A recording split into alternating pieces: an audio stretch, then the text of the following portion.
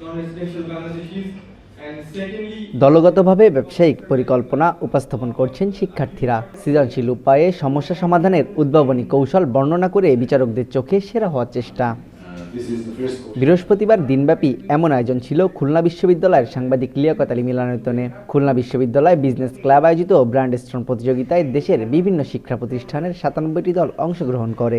দুটি বাছাই পর্ব শেষে ফাইনালে ৮টি দল অংশগ্রহণ করে। এ ধরনের আয়োজনের অংশ হতে পেরে খুশি শিক্ষার্থীরা। এখানে ফার্স্ট রাউন্ডে ছিল আমাদের বেসিক্যালি প্রাণ আরএফএলের ব্র্যান্ডিং করা লেগেছে, সেকেন্ড রাউন্ডে ওবিসি বানানো লেগেছে, অ্যান্ড থার্ড রাউন্ডে হচ্ছে আমাদের ফার্স্ট রাউন্ডের এক্সটেন্ডেড ভার্সন ছিল যেটা sustainability focused and recycling focused and other CSR programs focused ছিল, and the experience was really good. আমরা অনেক ভালো টিম এফার্ট ছিল, আমাদের teammates were the best team effort. আজকে আয়োজনটা অসাধারণ কেটেছে। আমাদের ছিল কেস ছিল প্রাণের যে ব্র্যান্ডিংয়ের উপরে, প্রাণের ওভারঅল যে গ্লোবাল এক্সপ্যানশন, এটা কীভাবে আরও বেশি বাড়ানো যায় বা কাস্টমার যে ডিমান্ড সেটা কীভাবে ইনক্রিজিং করা যায়, ওটার উপর বেস করে আমাদের এই কেস ছিল। তো কেসের উপরে অনেক মজা পেয়েছি আলহামদুলিল্লাহ।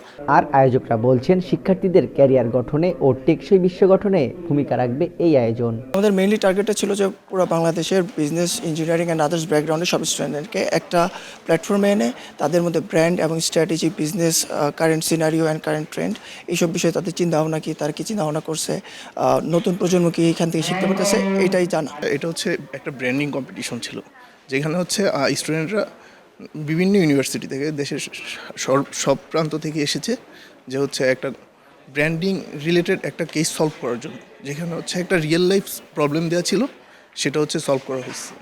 তো এইটা আলটিমেটলি আপনি যখন জবে যাবেন বা হচ্ছে অন্য কোথাও স্টুডেন্টরা যাবে, তখন হচ্ছে এটা তাকে হেল্প করবে যে কিভাবে তারা রিয়েল লাইফ প্রবলেমগুলো সলভ করতে পারে। ব্যবসায়ী প্রতিষ্ঠান প্রাণ এবং আরএফএলের সহযোগিতায় প্রতিযোগিতায় চ্যাম্পিয়ন, প্রথম রানার আপ ও দ্বিতীয় রানার আপদের যথাক্রমে ৫০,০০০, ৩০,০০০ ও ২০,০০০ টাকা পুরস্কার দেওয়া হয়।